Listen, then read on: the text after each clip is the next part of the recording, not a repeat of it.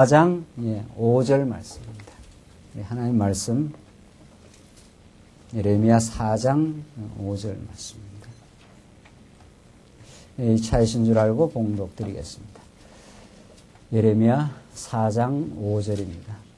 너희는 유다에 선포하며 예루살렘에 공포하여 이르기를 이 땅에서 나팔을 불라하며 또 크게 외쳐 이르기를 너희는 모이라 우리가 견고한 성으로 들어가자 하고 시온을 향하여 기호를 세우라 도피하라 지체하지 말라 내가 북방에서 재앙과 큰 멸망으로 이르게 할 것임이니라.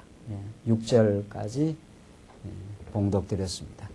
우리는 지금 예레미야서 말씀을 통해서 하나님께서 하나님을 떠난 남쪽 유다 백성들을 이제 뽑으시겠다.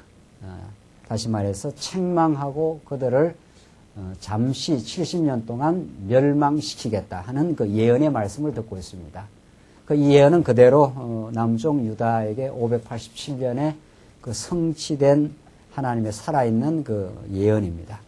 우리는 예레미야서 말씀을 본격적으로 이해하기 위해서는 이미 창세기부터 에스더서까지 전개된 그 역사서의 말씀을 전제로 해야 합니다. 그냥 역사서가 아니라 우리는 언약의 역사서라 하나님께서 언약하시고 아브라함과 언약을 맺으시고 물론 그 이전 아담은 기본 실체 언약이고 구약으로 말하면 아브라함으로부터 이제 역사가 시작됩니다. 하나님께서 언약을 맺고 언약을 이루어 가십니다.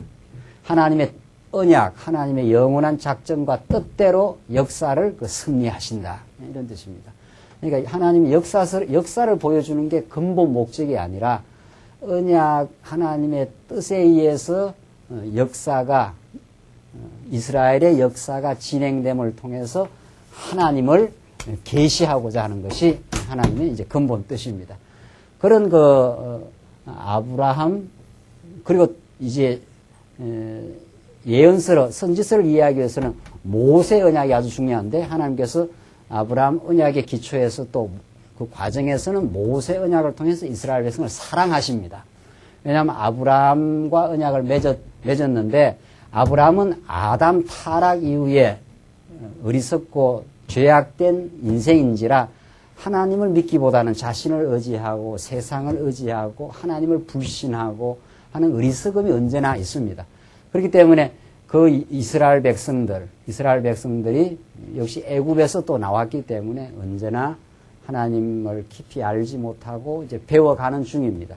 그래서 하나님께서 모세를 통해서 그들을 이제 버리지 않는다. 너희들이 어리석음에도 불구하고 내가 너를 보배로운 백성으로 삼고 너희들을 하나님께서 백성으로 삼아 나는 너희의 하나님이 되고 너희들은 내 백성이 될 것이라 하는 그 언약의 재확인을 해준 겁니다.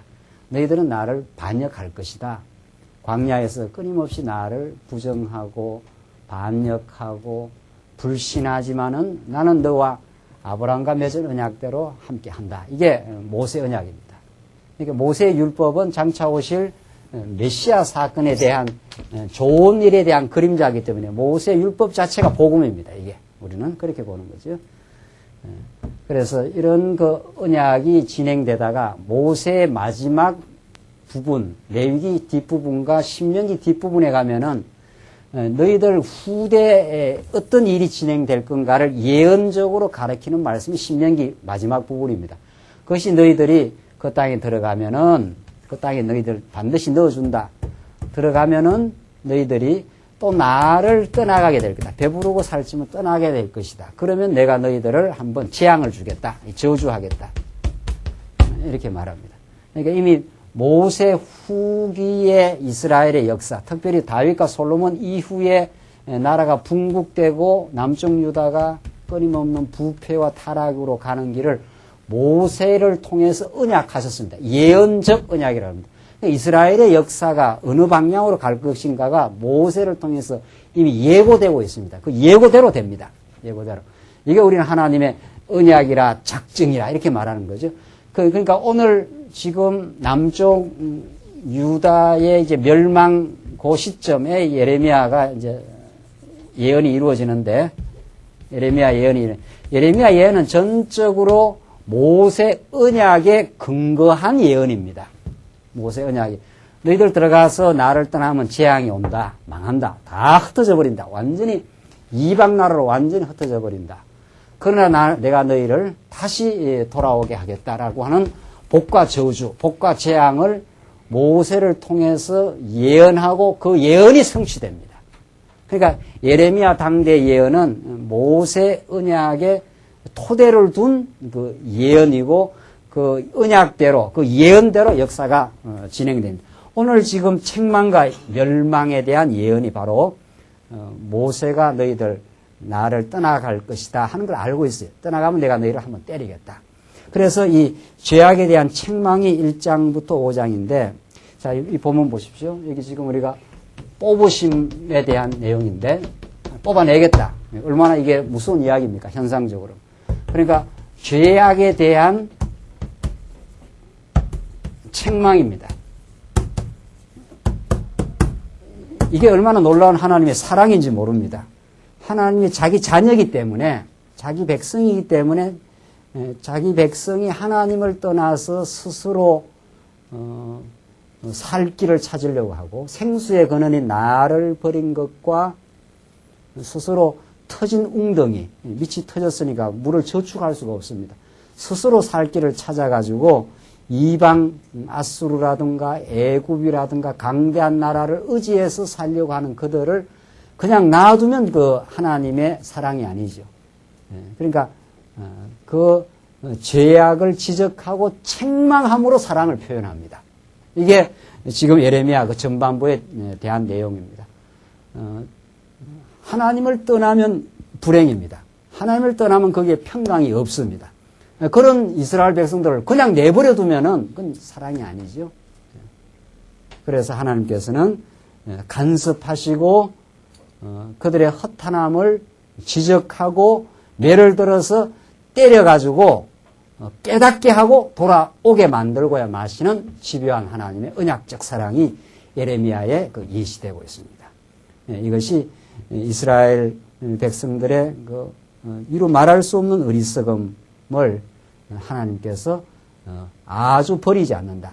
그대 행위대로라면 그냥 놔두면 그냥 아주 멸망인데 간섭하고 책망하고 들어온다. 이것이 여러분같이 삶에 언제나 함께 하시는 하나님의 사랑의 채찍입니다. 때리고 상처나고 그래서 깨닫게 하셔서 우리 하나님 앞에 돌아오게 만드시는 하나님의 열심이 오늘 이 본문에 나타나 있습니다. 자, 그런 각도에서 이 죄악에 대한 책망을 읽어야 됩니다. 그러니까 책망해서 깨닫게 하시는 하나님인데, 자, 4장 우리 5절 4장 전체가 유다의 멸망을 탄식하는 내용입니다. 유다가 이제 앞으로 바벨론에서 무너지는데 그것을 탄식합니다.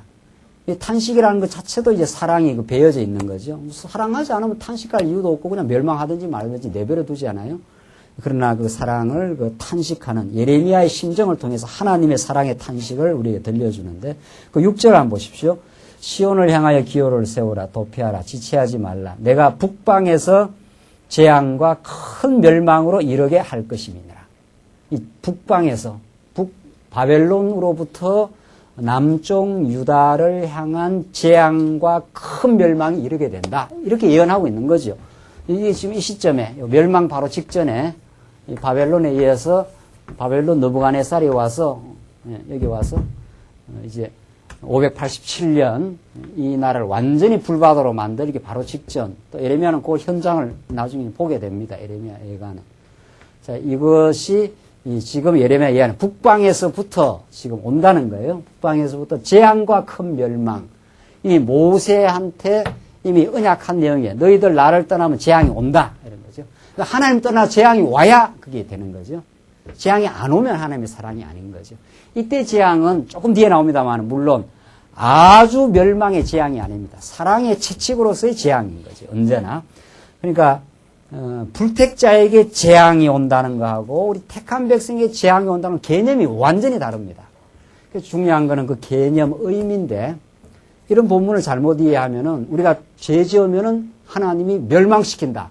이런 단편적인 이야기를 하면은 이 선생은 얼마나 무서운 위협적인 복음이, 위협적인 말씀이 되는지 모릅니다. 부흥사가 옛날에 많이 옛날 그랬다는 거 아니에요? 이사야 앞부분이라든가 예레미야 앞부분 갖다 대면은 뭐 벌벌 떠는 거죠.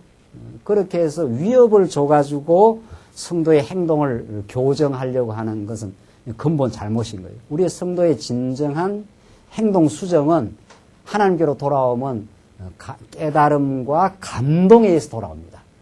아버지의 사랑을 깨닫고 탕자가 돌아오지, 이미 아버지가 그를 사랑했고 그걸 깊이 몰랐기 때문에 나갔다가 대지울에 가서 이제 깨닫고 돌아옵니다. 그래서 스스로 깨닫고 돌아오게 하시는 하나님입니다. 이게 이제 인격적 하나님인 거죠. 하나님은 아주 우리를 마구제비로 막 몰아가는 게 아니라 우리를 하여금 사랑하시고 깨닫게 하시고 마침내 하나님 앞에 부복하게 만드는, 당신이 나를 사랑하셨습니다. 그걸 깨닫고 돌아와야 그게 탕자가 두고두고 하나님을 섬기게 됩니다. 깨닫지 못한 큰아들이 우리 불평하잖아요. 그러니까 지금 어리석음 속에 우리를 두기도 하고 깨달아 돌아오게 하시는 하나님. 오늘 예레미야서가 그걸 지금 이루어내게 하시려고 북방에서 재앙과 큰 멸망. 그러니까 하나님께서 잠시 멸망시킵니다. 7절을 보십시다. 7절 5절부터 10절 계속 탄식인데 계속 보십시다. 사자가 그 수풀에서 올라왔으면 비유입니다. 사자만 바벨론을 비유하는 거죠. 얼마나 그 무서운 그 사자가 그 수풀에서 올라왔으며 열방을 멸하는 자가 나왔을 때 내 땅을 황폐케 하려고 이미 그 초소를 떠나 나왔은즉 그 성읍들이 황폐하여 거민이 없게 되리니, 황폐하게 된다는 거예요. 남쪽 그 좋은 젖과 꿀이 흐르는 성전이 있는 그 나라가. 8절 이를 인하여 너희는 굵은 배를 두르고 애곡하라. 대저 여호와의 맹렬한 노가 아직 너희에게 돌이키지 아니하였음이니라. 나 여호와가 말하노라. 그날에 왕과 방백들은 실심할 것이며, 완전히 낙심한다는 거죠. 제사장들은 놀랄 것이며 선지자들은 깜짝 놀라리라. 내가 가로되 슬프도소이다. 주 여호와여, 주께서 진실로 이 백성과 예루살렘을 크게 속이셨나이다. 속인 게 아니죠. 하나님이 속인 게 아니고 지금 이렇게 표현을 하고 있습니다. 속이셨나이다. 왜 속였다고 느끼는가 하면은 이러시기를 너희에게 평강이 있으리라 하시더니 칼이 생명에 미쳤나이다. 하나님 우리한테 평강을 주시다. 이렇게 늘 언약의 말씀은 우리에게 평강으로 주어집니다. 수고하고 무거운 짐진 자들아 다 내게로 오라. 내가 너희를 쉬게 하리라. 편하게 쉬게 해주겠다는 거죠. 그런데 현실은 어떻습니까? 바벨론이 와서 완전히 그들 내니까 평강이 아니라 고통인 거죠. 그러니까 예레미야 선지자가 느낄 때는 지금 하나님이 어떻게 하신다고 느끼는 겁니까? 언약 하신 대로 큰 나라를 이루어 준다. 그리고 그 나라에 내가 좌정하고 너희를 다스려 준다. 통치를 이루어 주겠다. 이게 근본 언약이에요. 아브라함에게. 너희를 저주하는 자를 어떻게 하고? 저주하고 너희를 축복하는 자를 축복한다. 그러니까 하나님은 완전히 아브라함 편이다. 이런 뜻 아닙니까? 누구도 너를 못 건드린다. 이런 뜻이죠. 그게 근본 언약입니다. 그런데 현실은 어떻습니까? 건드린 거 아니에요. 누가? 바벨론이 와서 완전히 건드린 정도가 아니라 이 잘 지어진 나라를 완전히 초토화를 시켰기 때문에 예레미야가 하나님 우리를 속였다. 하나님 우리를 사기쳤다. 이 말입니다. 왜 평강 준다고 해놓고 평강을 어떻게 안 주느냐? 이 지금 간극, 이 갭과의 사이에서 우리 신앙생활이 이루어집니다. 하나님과 인간의 이 이해의 갭이 있습니다. 이해의 갭이.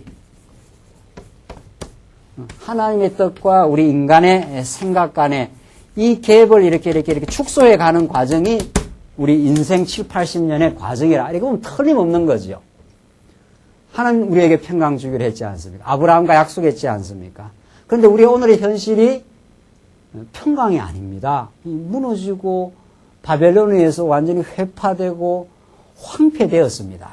이 나라가 거들이 났습니다. 이러면서 지금 하는 이야기입니다. 이게 아주 실감나지 않습니까? 예레미야가 참 하나님에게 지금 따지고 드는 겁니다. 그러니까 조금 있으면 조금 더 나가면 더 따지고 드는 내용이 나옵니다. 저 이방이 왜 이렇게 강합니까? 우리는 왜 이렇게 약합니까? 이렇게 하면서 하나님 앞에 따지고 드는 겁니다. 주께서 진실로 이 백성과 예루살렘을 크게 속이셨나이다. 사기쳤다 이 말입니다. 하나님 당신은 우리를 지금 쏘렸지 않느냐? 이러시기를 너에게 평강이 있으리라 하시더니 칼이 생명에 미쳤나이다. 평강이 아니라 칼이 이 내 목 끝으로 지금 들어와서 생명을 지금 위협하고 있는 그런 상황입니다. 지금 그러고 있습니다. 하나님의 뜻과 오늘 우리의 현실의 그 갭입니다. 하나님 평강 주신다 하더니만 우리 오늘 현실이 이렇게 힘드는 과정은 무엇입니까? 이것이 극복됩니다. 조금 뒤에 가면 예레미야 마지막까지 우리 이제 쭉 읽으면은 이게 하나님이 참 평강을 주시려고 우리의 허탄함과 어리석은 우리를 한번 무너뜨리고 뽑아내셨다가 다시 기적 같은 방식으로 바벨론이 거기서 어딥니까? 거기서 다시 고토로 돌아오는 예레미야 에스라스에 나오는 그 기적 같은 그 귀한 작업을 통해서 하나님 품 안에서 영원하고 안정된 평강을 얻게 하십니다. 하나님께서 한번 흔들어 놓는 것은 내 스스로 하나님 떠나서 내가 평강과 행복을 얻고자 하는 그 어리석음을 무너뜨리는 과정이기 때문에 그 과정에서 불안하고 그 과정에서 두려움이 있는 것 뿐이지 하나님은 한번 약속한 평강을 이스라엘 백성에게 마침내 주고야 마십니다. 그것이 지금 하나님이 예레미야에게 주시는 근본 뜻입니다. 근본적인 뜻이. 예레미야는 지금 오늘 당한 현실에서 하나님께 항변하고 있는 거죠. 하나님 당신 속이지 않았느냐 우리를. 우리가 왜 이렇게 됐습니까? 그럼 하나님께서 그렇게 된 이유가 뭔 줄 아느냐 하면서 이제 4장, 5장, 6장에서 밝혀나갑니다. 너희가 나를 떠나지 않았느냐. 그러므로 너희가 재앙을 받는 것이 마땅하지 않느냐. 그것은 나의 근본 뜻이었고 영원한 뜻이었다. 지금 이렇게 나갑니다. 그래서 너희를 한번 무너뜨렸다가 다시 뽑았다가 다시 심길 때 너희는 내가 여호와인 줄 알게 될 것이다. 나는 너희를 떠난 적이 없다. 너희를 속인 적이 없다. 거짓말할 수 없는 이 사실을 인하여 히브리서가 하나님이 스스로 맹세한 맹사를 반드시 지키고야 만다. 이런 뜻입니다. 우리는 과정 중에서 하나님 앞에 그러니까 항변할 이유가 있는 거죠. 항변할 필요도 있습니다. 하나님 내가 이렇게 되어 있는데 이게 어떤 뜻입니까? 이렇게 물어야 되는 거죠. 그게 기도입니다. 하나님 참 공부하고 지금 어려움이 찾아왔고 내 심령에 평강이 없습니다. 이게 왜 이렇게 되었습니까? 그럼 하나님께서 지혜를 주시고 너가 나를 떠났고 나보다 더 의지하는 것이 있지 않느냐? 이렇게 틀림없이 우리에게 그 답을 주십니다. 그 예레미야서에 그 나옵니다. 이제 뒤에 11절 한번 보십시다. 11절 보시면은 11절로 28절은 심판을 위하여 예루살렘이 포위되게 하실 것을 그 예언합니다.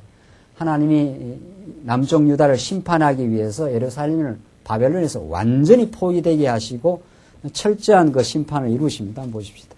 그때 이 백성과 예루살렘에 이를 자가 있어서 뜨거운 바람이 광야 자산에서 내 딸 백성에게 불어온다 하리라.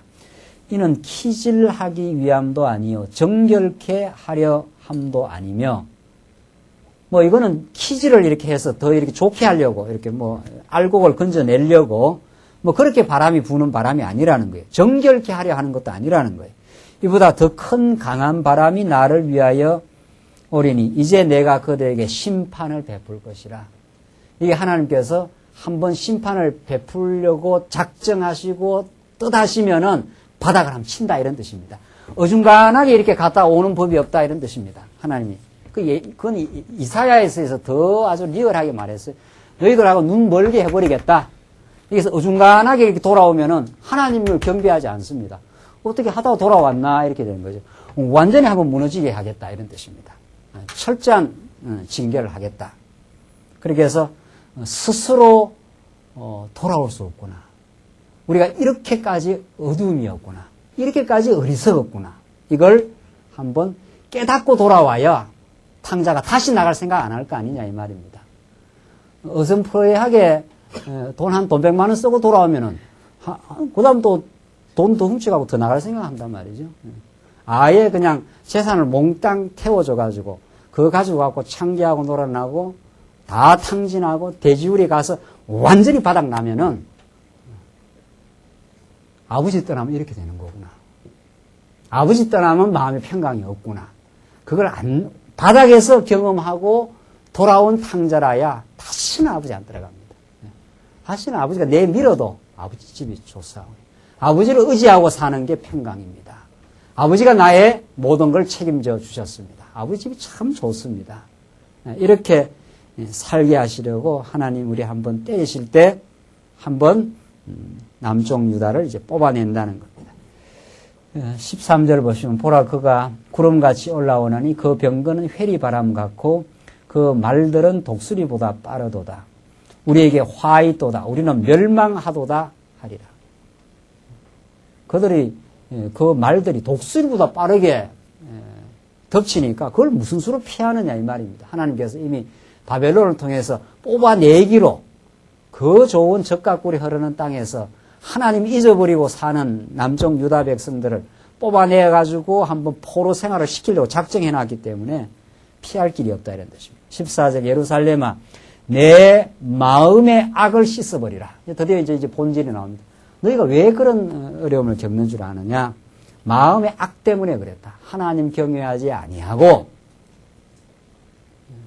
생수의 근원을 버리고 스스로가 안전 보장하는 그런 웅덩이를 스스로 파가지고 지금 살려고 했다. 그게 너희 악이라는 거예요. 그리하면 구원을 얻으리라. 내 악한 생각이 내 속에 얼마나 오래 머물겠느냐. 결국 하나님은 지금 남쪽 유다를 때리시면서 남쪽 유다 백성 마음 속에 지금 자리 잡고 있는 악을 깨닫게 하는 역사입니다. 그러니까 우리에게 주어지는 모든 시련과 징계는 우리의 그 본질을 깨닫게 하는 역사입니다. 그렇게 보면 틀림없습니다. 그걸 깨닫는 것이 우리의 복입니다. 이제 그걸 깨달아야 우리를 구원하시고 우리를 무조건적 사랑하시는 그 하나님의 은혜를 그리스도를 이제 만나게 됩니다. 15절 단에서 소리를 선포하며 에브라임 산에서 재앙을 공포하는도다. 너희는 열방에 고하며 또 예루살렘에 알게 하기를 애워싸고 치는 자들이 먼 땅에서부터 와서 유다 성읍들을 향하여 소리를 지른다 하라. 그들이 밭을 지키는 자같이 예루살렘을 애워싸나니 이는 그가 나를 거역한 영곤이라. 나오잖아요. 나를 거역한 영고 때문에 너희들이 포위를 당하고 한번 거들난다 이런 뜻입니다. 여호와의 말이니라. 내 길과 행사가 이 일들을 부르게 하였나니 내 길과 행사가 이 일들을 자초했다 이런 뜻입니다. 이는 너의 악함이니라. 그 고통이 내 마음에까지 미치느니라. 하나님 떠나서 스스로 안전 보장하고 평강의 길을 찾고자 하고 행복의 길을 찾고자 하지만 그것을 하나님께서 무너뜨리시고 하나님 안으로 우리를 부르시고 그 안에서 우리의 참된 평강과 안전 보장이 있다는 걸 알게 하십니다. 그러니까 알고 보면 우리는 안전 보장 가운데 살고 있습니다. 사실은 그걸 지금 깨닫게 하는 영적인 눈뜸 이것을 지금 한번 때리시고 쌓아매는 과정을 통해서 이루십니다. 19절 보시면 19절로 28절 유다의 비참한 모습을 탄식하며 그 까닭에 대해서 정언을 합니다. 얼마나 비참해지는가 한번 보십시다. 슬프고 아프다. 내 마음 속이 아프고 내 마음이 답답하여 잠잠할 수 없으니. 이게 지금 그 예레미야 선지자의 심정인데 사실은 이게 누구의 심정입니까? 우리 하나님의 심정입니다. 그러니까 우리 부모가 자식 때리고 나서 그거 마음이 좋지 않습니다. 예. 깨닫게 하려고 때리긴 하지만은 때리는 것이 그 마음이 아픈 거죠. 그 사랑의 아픔입니다. 도무지 이 사랑하지 않으면 때리지 않고 또 사랑하지 않으면 아픔을 느끼지를 못합니다.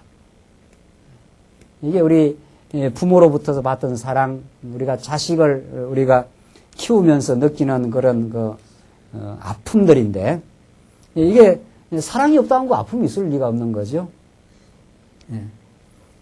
우리 원모 집사님 자식 지금 군에 보내놓고 뭐 펑펑 울었다는 거 아니에요? 뭐 죽는 줄 알고 울었다는 거예요. 안 죽습니다. 안 죽고 이제 훈련 좀 잘 받고 있을 건데 말이죠. 그 이제 뭐 참 20년 세월을 품에 품고 자기의 분신처럼 사랑하고 말이죠. 뭐 온갖 걸 다 주고 말이죠. 안 먹고 안 써도 다 줬을 거 아니에요. 그렇게 하다가 고생한다 싶고 이제 하니까 하는데 이 사랑하기 때문에 우리 감정이 다 아프고 쓰라리고 감격이 있고 이 모든 감정은 사랑의 바탕 속에서 우리 나오는 우리의 그 심정들입니다. 하나님께서 우리를 때리시고 아파하시고 합니다. 궁극적으로 메시아를 당신의 아들을 십자가에 못 박는 날 하늘도 다 울고 천지가 다 요동하는 그 하나님의 그 사랑의 그 표현을 그렇게 감동적으로 우리에게 십자가 사건을 통해 보내주십니다. 더 이상 어떻게 사랑하겠느냐. 이게 하나님이 그리스도를 통해서 십자가에 때리시면서 내 대신 재앙을 받게 하시는 하나님의 사랑입니다. 오늘 예레미야서는 이런 남쪽 유다를 한번 뽑아내시고 다시 심으시는을 통해서 우리에게 메시아를 십자가를 우리들에게 지금 예언해주고 있는 놀라운 생명의 말씀입니다. 이걸 들어야 우리가 하나님 앞에 거꾸러집니다. 하나님은 우리를 이렇게 사랑하셨습니까? 이런 말입니다. 슬프고 아프다 했지 않았어요? 내 마음속이 아프고 내 마음이 답답하여 잠잠할 수 없으니 이는 나의 심령 내가 나팔 소리와 전쟁의 경보를 들음이라. 이 전쟁이 곧 임박해 있다. 바벨론이 와서 너희들을 거들낸다. 지금 그런 뜻입니다. 패망의 패망이 연속하여 온 땅이 탈취를 당하니 나의 천막은 호련히 파멸하며 나의 휘장은 잠시간에 열파되도다. 완전히 다 막 찢어져서 다 무너져 버린다. 내가 저 기호를 보며 나팔 소리 듣기를 어느 때까지 할꼬. 내 백성은 나를 알지 못하는 우준한 자요. 지각이 없는 미련한 자식이라. 악을 행하기에는 지각이 있으나 악을 행하는 데는 아주 발달이 되어 있다. 이런 뜻입니다. 하나님을 떠나서 내 스스로 사는 데는 아주 발달이 되어 있다. 하나님과 같이 되고자 하는 데는 그걸 안 가르치셔도 잘 한다는 거예요. 너무도. 하나님과 같이 되고자 하고 내 뜻대로 하려고 하고. 근데 선을 행하기에는 뭐라고 했습니까? 무지하도다. 이때 선, 하나님을 경외하는 겁니다. 하나님을 배우는 데는 이렇게 우리가 무지하고 어리석은 그들을 위해서 남쪽 유다는 한번 무너져야 했고 예수 그리스도는 십자가에서 처절하게 참혹하게 한번 무너져야 했고 그래서 여러분과 저를 지금 살립니다. 예레미야 선지서처럼 우리 인생의 그 어리석음을 이렇게 절규하는 방식으로 이렇게 고발하고 밝혀내는 책은 없습니다. 이건 우리의 정직한 모습입니다. 예수의 은혜가 아니면 우리는 아버지를 알지 못하고 오만방자한 게 우리 인생입니다. 23절을 보십시다. 23절부터 23절 계속 이어지는 말씀인데 내가 땅을 본 적 혼돈하고 공허하며 하늘들을 우러른 적 거기 빛이 없으며 이게 다 창세기에서 하나님께서 천지를 지으실 때의 그 상황을 그대로 지금 연출하고 있는 상황입니다. 빛이 없는 상황입니다. 땅이 혼돈하고 공허하며 흑암이 깊음 위에 있었더라. 이 하나님께서 빛을 보내기 전에 그 창조의 사건이요 예수를 만나기 전에 우리의 인생의 모습이요 이렇습니다. 지금 남쪽 유다가 그런 혼돈, 공허, 흑암의 상태로 지금 가고 있습니다. 내가 산들을 본 적 다 진동하며 작은 산들도 요동하며 내가 본 적 사람이 없으며 공중의 새가 다 날아갔으며 내가 본 적 좋은 땅이 황무지가 되었으며 그 모든 성읍이 여호와의 앞 그 맹렬한 진노 앞에 무너졌으니 이는 여호와의 말씀에 이 온 땅이 황폐할 것이나 내가 진멸하지는 어떻게 해요? 아니할 것이며 이 예레미야서의 복음입니다. 하나님께서 한번 그들 내겠다 이런 뜻이죠. 완전히 황폐하게 만들겠다. 뭐 혼돈, 공허, 어둠이 짙게 만들어버리겠다. 그런데 그 27절 여호와의 말씀에 이 온 땅이 황폐할 것이나 황폐하게 된다는 거예요. 한번 70년 황폐하게 돼요. 이 땅에 나중에 그 느헤미야가 여기에 보내서 사람을 보내서 이 땅이 어떻게 되었느냐 그러니까 황폐하게 되었다. 70년이 완전히 그냥 수풀이 그냥 무너진 땅이 되었으니까 도저히 회복 불가능한 그런 땅이 된 거죠. 근데 사실은 그 회복 불가능한 땅이 아니라 푹푹 썩어들어가는 그런 땅 속에 오히려 생명이 오히려 그리스도의 생명이 싹 돋습니다. 푹 썩어야 썩은 그 두엄더미 속에 그 생명이 싹 돋는 하나님의 그 역사가 일어납니다. 예수를 십자가에 못 박아버려서 모든 제자들이 절망한 그 시간에 다 흩어져 버렸습니다. 다 마지막 수제자였던 베드로까지 예수를 3번이나 저주하듯이 부인하고 다 떠나가서 예수님 한 분 홀로 십자가에 달린 그 절망의 상황, 다시 모든 것이 끝나버린 상황, 그 속에 부활의 참 아침은 다가오야 말고 하나님이 하신다는 그 역사가 일어납니다. 여러분과 제가 그 기적 가운데 일상적 기적 중에 살고 있습니다. 알고 우리는 우리 힘으로 지금 숨쉬고 호흡하지 않습니다. 하나님의 능력으로 살고 하나님이 베푸신 사랑 가운데 우리 일상이 진행되고 있습니다.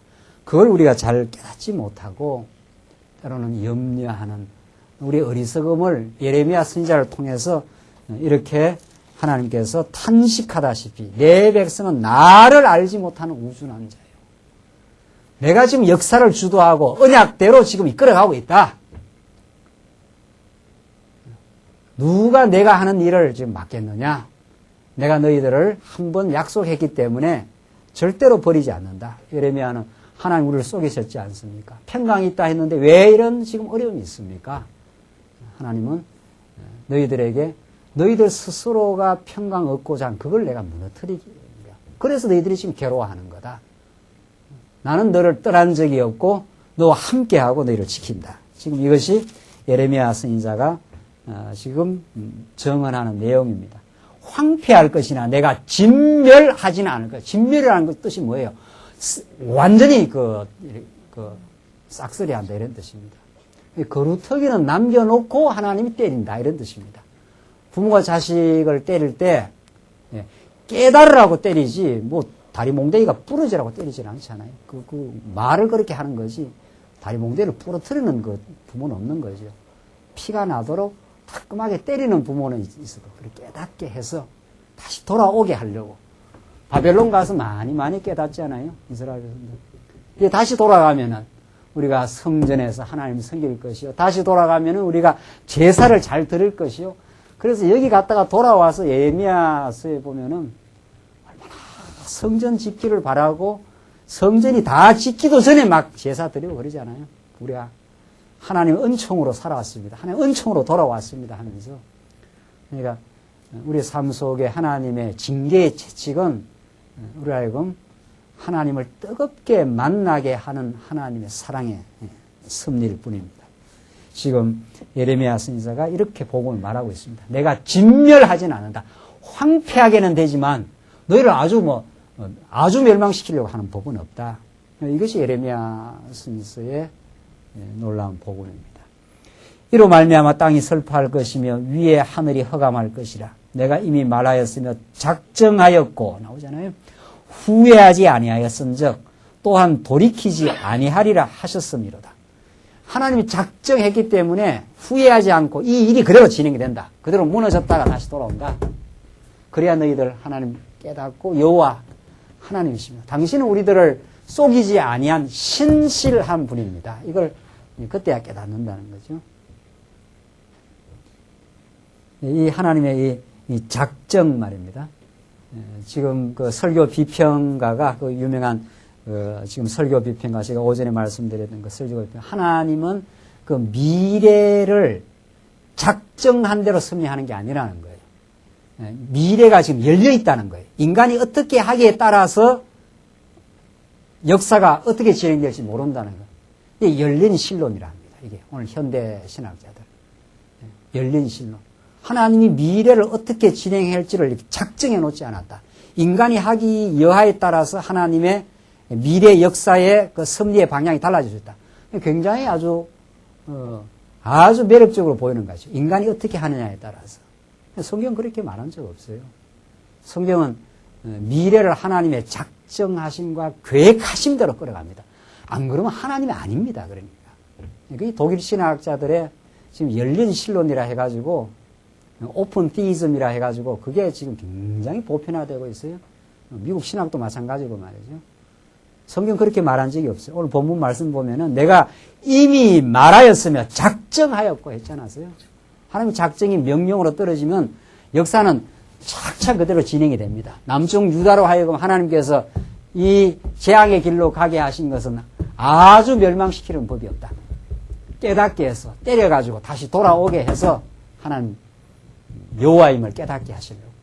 예수를 십자가에 못 박은 것은 아주 못 박아서 끝내려고 하는 게 아니라 잠시 그렇게 했다가 3일 만에 부활시켜가지고 하나님이 영생의 주관자임을, 하나님의 언약 백성을 영원히 사랑하시는 분을 확증하기 위한 하나님의 사건, 이 작정입니다. 우리 지난 수요일날 마태복음 우리 배우고 있는데, 마태복음에서 예수님 십자가에 이제 매달려 가시는 그 제사직을 수행하기 위해서 이 당시에 대제사장들 6월절에는 그 일이 있지 말도록 하자. 민요가 날까 두렵다.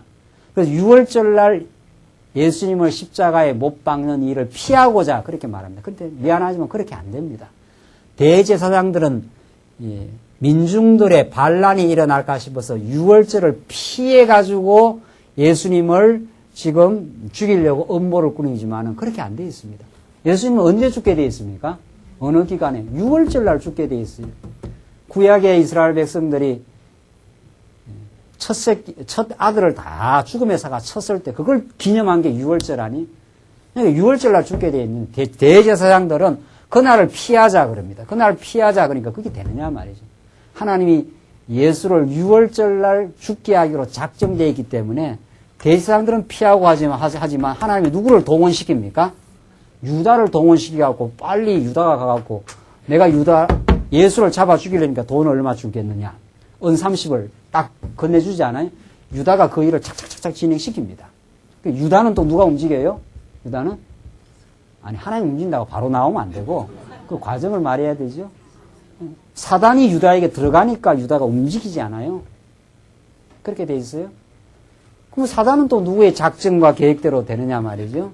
사단은 이게 제 마음대로 움직이는 존재가 아니에요. 하나님 외에 스스로 움직이는 자가 없어요. 다 하나님의 작정, 계획 속에 움직입니다. 하나님이 허락해야 움직입니다. 이렇게 해서 예수님이 6월절 날 죽도록 예정된 뜻을 이루기 위해서 대제사장들은 피하자 했지만은 하나님이 유다를 통해서 그 일을 재촉시키시고 그 일을 수행하도록 진행시키고 있습니다. 그 일을 누가 피하겠느냐 말이죠. 하나님이 계획하신 그 전능한 주권적인 뜻 가운데 역사가 진행됩니다. 여러분과 저의 인생 어떤 거 하나도 하나님의 계획대로 진행되지 않은 것이었습니다. 지금 남은 건 우리가 무엇을 깨닫느냐입니다. 우리의 악을 깨닫느냐, 아직도 못 깨닫고 계속 반항하느냐, 그 차이뿐이에요. 우리가 어리석었습니다. 하나님 앞에. 내가 하나님을 몰라 뵈고 많이 어리석게 살았습니다. 이제는 주 앞에 나와 용서를 빌고 또 이미 하나님이 용서하셨음을 믿고 우리가 나왔습니다. 이게 복음 아닙니까? 그 하나님 앞에 우리는 당당한 이제 자녀로 설 수 있고 하나님 우리를 사랑하심을 우리는 확증받고 삽니다. 이게 우리 하나님 백성입니다. 지금 이스라엘 백성들에게 하신 말씀이 이미 말하였으며 작정하였고 후회하지 아니하였은즉 하나님 후회하지 않는다. 마음을 아파할 뿐이지 이 맞는 거 보니까 아프지 않아요? 그러나 이게 길지 않아요. 70년, 이 긴 역사 가운데 70년은 또 짧습니다. 이 고통을 당하는 이스라엘 백성들이 길게 느껴지고 지금 이 무너지는 장면 속에 예레미야가 괴로워하는 것이지 하나님의 또 긴 섭리 가운데 이 일을 마침내 이루시고 돌아오게 하십니다. 이 작정하셨다. 우리는 그래서 하나님의 작정을 믿습니다. 성경이 말하는 대로 정한 대로 역사가 진행되는 것이 남쪽 유다에게 복이 된다는 겁니다. 지금 돌이키지 아니하리라 하셨습니다. 29절 계속 보십시다. 29절로 유다 31절은 유다 모든 성읍이 패망하여 괴로워하는 모습을 이제 증언을 합니다. 얼마나 그 괴로움을 겪는가 한번 보십시다. 29절로 31절까지입니다. 기병과 활 쏘는 자의 혼화로 인하여 모든 성읍이 도망하여 수풀에 들어가고 혼화 막 떠드는 소리입니다. 바위에 기어오르며 각 성읍이 버림을 당하여 거기 거하는 사람이 없나니 멸망을 당한 자여 내가 어떻게 하렸느냐. 내가 붉은 옷을 입고 금장색으로 단장하고 눈을 그려 꾸밀지라도 너의 화장한 것이 헛된 일이라. 뭐 화장을 하고 암만 그 대적자들한테 잘 보이려고 해도 안 된다는 거예요. 무너진다는 겁니다. 연인들이 너를 멸시하여 내 생명을 찾느니라. 내가 소리를 들은 적 여인의 해산하는 소리 같고 초산하는 자의 고통하는 소리 같으니, 초산할 때가 그 고통이 더 심하다는 거예요. 애 둘째, 셋째 놓을 때는 좀 낫다는 거죠. 처음 아이 놓을 때 더 고통하는 소리가 난다는 거예요. 이는 딸 시온의 소리라. 참, 그러니까 한번 무너질 때 남쪽 유다가 바벨론에 의해서 회파될 때 얼마나 그 괴로움이 심했던가를 알 수 있습니다. 우리 아이 낳아본 우리 모든 우리 여성, 우리 동지들은 다 알잖아요. 그 고통이 얼마나 심한가. 하나님께서 그렇게 하셨다. 이런 뜻입니다. 그가 헐떡이며 그 손을 펴고 이러기를 내게 화가 있도다. 살육하는 자를 인하여 나의 심령이 피곤하도다 하는도다. 이게 하나님의 택한 백성에게도 과정적으로는 있을 수 있다. 이런 뜻입니다. 과정적으로는 우리는 궁극적이고 영원한 평강과 기쁨을 우리는 얻기로 작정되어 있지만 하나님께서 과정적으로 이런 고통과 어려움이 있습니다. 그러나 지금 중요한 것은 예레미야서는 여기에 한정된 말씀이 아닙니다.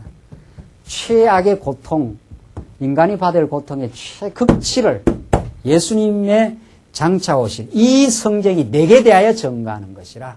이 성경이 모세의 율법과 시편의 글과 선지자를 통해서 가르치는 말씀이 나를 가르쳐 하신 말씀이라. 남쪽 유다가 죄악의 짐을 지고 초산하는 여인의 그 고통하는 소리처럼 울부짖고 고통 당하는 그 소리는 그 죄악의 결과입니다. 그것을 예수님이 대신 걸머지시고 십자가에서 엘리 엘리 라마 사막다니, 하나님 나의 하나님 어찌하여 나를 버리셨나이까. 그 버림받는 고통. 우리 인간관계에서 그 버림을 당했다, 거절을 당했다 할 때 굉장히 마음의 고통이 심한 건데, 예수님은 하나님으로부터 우리 대신 버림받은 그 심적 고통, 이루 말할 수 없었습니다. 그래서 그 고통을 치름으로 우리에게 그가 대신 징계를 받음으로 우리가 나음을 얻었고, 그래서 여러분과 제가 주 앞에 자녀로 이렇게 설 수 있게 되었습니다. 우리는 그 복음을 늘 듣고 있는 겁니다. 오늘 예수님 떠나면은 우리 인생 우준한 자요, 얼마나 미련한 자요, 쓸모없는 자요, 무가치한 맹목적 열정으로 가득 찬, 빗나간 열정으로 가득 찬 욕망 덩어리였습니다. 그러나 하나님께서 우리를 부르시고 우리를 찾으시고 우리를 놓지 아니하시고 예수를 통해서 지금 우리를 강권적으로 붙들고 계십니다. 우리를 하나님의 백성 되게 하려고 사랑의 채찍을 때리기도 하시고, 때로는 우리가 신음하기도 하고 어리석게 하나님 앞에 살기도 있지만 하나님 반드시 우리를 회복시키시고 우리를 강건하게 하십니다. 우리는 바울의 오늘 고린도 후서 말씀을 통해서 하나님께서 바울을 하나님의 사도로 부르시고 수많은 단련과 시련을 통해서 바울로 하여금 바울되게 만드신 그 역사를 우리는 확인합니다. 오래 참고 환난을 통과해야 됐고 궁핍을 경험해야 됐던 바울. 그러나 바울의 내면 속에 하나님을 찾고 하나님 안에서 하나님 한 분으로 만족한 그 복된 신앙인을 하나님께서 만들어 가십니다. 우리도 동일합니다. 우리도 동일한 하나님의 복된 연단과 단련과 지금 훈련 속에 들어와 있으며 우리의 영혼을 하나님께서 날마다 그 새롭게 하시고 인도해 가십니다. 5장 조금만 더 보시고 이제 결론 지으십시다. 5장 백성의 패역을 그 책망합니다. 패역한 걸 놔두면 하나님의 사랑이 아닙니다. 그러니까 하나님 때려야 때리고 간섭하신다, 깨닫게 하신다, 이런 뜻입니다. 1절 6절을 보시면 백성의 거짓 맹세를 정언하며 미련함과 패역함을 지금 아래입니다. 너희는 예루살렘 거리로 빨리 왕래하며 그 넓은 거리에서 찾아보고 알라. 너희가 만일 공의를 행하며 진리를 구하는 자를 한 사람이라도 찾으면 내가 이 성을 사하리라. 이스라엘 백성들이 한 사람도 안 그랬다, 이런 뜻입니다. 아브라함을 통해서 너가 이 성에서 50인만을 찾으면 멸망 안 시킨다. 그 소돔 고모라 성 멸망시킬 때 그 창세에서 그렇게 하잖아요. 그래서 우리 인생은 그 전적 부패입니다. 너나 할 것 없이 하나님이 안 붙들면 한 사람도 진리를 찾는 사람이 없었던 그런 존재에게 찾아와 주신 하나님입니다. 2절, 그들이 여호와의 사심으로 맹세할지라도 실상은 거짓 맹세라. 실제로 맹세하는 게 아니라 거짓으로 자꾸 한다는 거예요. 거짓, 어리석음, 뭐 이런 것이 우리 인생의 본 모습입니다. 여호와의 주의 눈이 성실을 돌아보지 아니하시나이까. 주께서 그들을 치셨을지라도 그들이 아픈 줄을 알지 못하며, 하나님이 쳤는데도 아픈 줄을 또 깨닫지를 못하는 무감각. 그들을 거의 멸하셨다 할지라도 그들이 징계를 받지 아니하며 그 얼굴을 반석보다 굳게 하여 돌아오기를 싫어하므로. 하여튼 뭐 인간의 그 무감각과 어리석음을 이렇게 예레미야 선지서가 리얼하게 표현하는 그 방식이었습니다. 그러니까 인간은 불가능하다 이런 뜻입니다. 최종적으로 예레미야는 미리 한번 보실까요? 조금만 더 가서.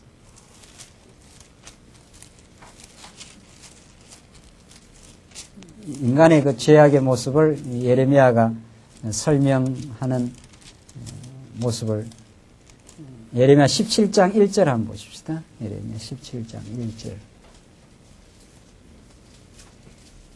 예레미야가 인간의 스스로 돌아올 수 없는 어리석음을 설명하다가 최종적으로는 17장 1절 이렇게 표현합니다. 유다의 죄는 금강석 끝 철필로 기록되되 그들의 마음판과 그들의 단뿔에 새겨졌거늘 이렇게 되어 있어요. 유다의 죄가 어떻게 새겨졌는가 하면 금강석 끝 철필이니까 이 세상에서 가장 어떻게 해요? 가장 단단한 그 물질이 금강석 아닙니까? 다이아몬드. 그 다이아몬드 끝 철필로 기록을 어디다 해놨는가? 마음판과 그들의 단뿔에다 새겨놨기 때문에 도저히 스스로가 그걸 극복할 수 없다. 지금 그런 뜻입니다. 그렇게 새겨놔가지고 파서 금강석 끝 철필로 이렇게 새겨놨기 때문에 그게 안 지워진다 이런 뜻입니다. 그것이 그래도 아직 실감이 잘 안 나는가 봐요. 그래도 우리가 도저히 마음판과 단뿔에다가 이걸 새겨놨기 때문에 그걸 어떻게 지우겠느냐. 그 비누로 씻어서 안 지워진다. 지금 그렇게 되어 있지 않았어요?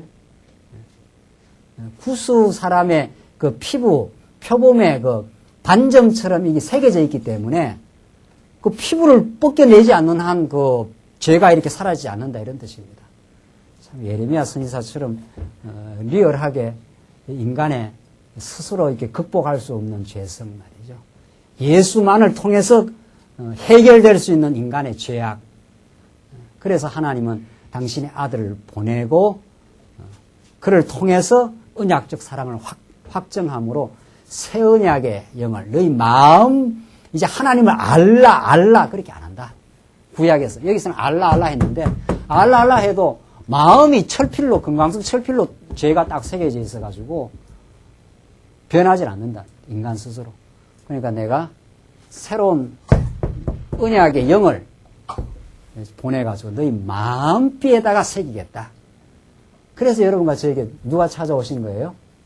성령이 오셔서 말할 수 없는 탄식으로 하나님 앞에 죄를 고백하게 합니다.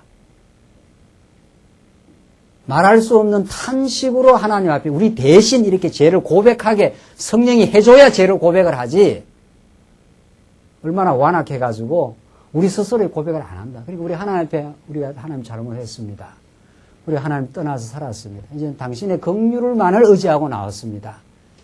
이렇게 고백하는 건 성령이 우리와 함께 해주기 때문입니다. 그래서 내 마음비에다가 뭘 새기겠다고요? 복음을 새겨주겠다 이런 뜻입니다. 왜? 돌비에다가는 암만 새겨가지고 그걸 이 돌비를 보고 하나님 살아계신다, 하나님 여호와다 이렇게 해도 이 마음속에 안 들어간다는 거예요. 마음에 뭐가 새겨져 있으니까. 금강석, 철필로 죄를 쾅쾅 새겨놔가지고 그게 안 없어진다는 거예요. 표범의 반점처럼 이렇게 죄가 새겨져 있어가지고 하나님의 앞으로 안 온다는 거예요. 그래서 그 자리에 예수가 죽고 성령이 오셔서 성령이 내 마음속에 오셔서 내 마음뼈에다 널 사랑했어 라고 우리 마음을 이제 변화시켜 주셔야 우리가 하나님 앞에 항복하고 하나님 당신 때문에 내가 살았습니다. 이 고백이 나온다는 겁니다. 오늘 이 예레미야 말씀 오늘 여기서 결론을 맺습니다. 하나님이 그렇게도 어리석었던 남쪽 유다를 그냥 버려두시면 하나님의 사랑이 아닙니다. 하나님께서 사랑의 징계로 남쪽 유다에게 찾아오고 바벨론을 들어서 그들을 회파하지만은 아주 진멸하지 않고 다시 그들을 붙들어서 회복시키고 그 마음비에다가 다시 하나님 알 수 있는 그런 복음을 새겨주신다고 약속하신 하나님은 예수 안에서 이 일을 이루고야 말았습니다. 그 때문에 여러분과 제가 오늘 이 하나님 말씀을 듣는 이 복된 자리에 서 있습니다. 기도하십시다. 우리 자비하신 하나님 아버지, 은혜와 사랑을 감사합니다.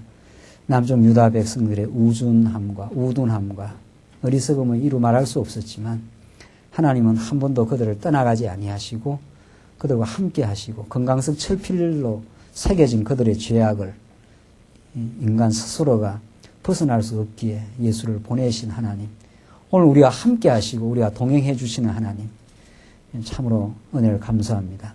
그 감사함이 우리의 삶을 변화시키게 하시고 이제 마음비에 새겨진 이 복음의 능력이 하나님 앞에 부복하게 하시옵소서. 그래야 범사를 섭리하시는 하나님 앞에 인정하는, 그래야 감사하는 새로운 인생 되게 하시옵소서. 예수님 이름으로 기도하옵나이다. 아멘.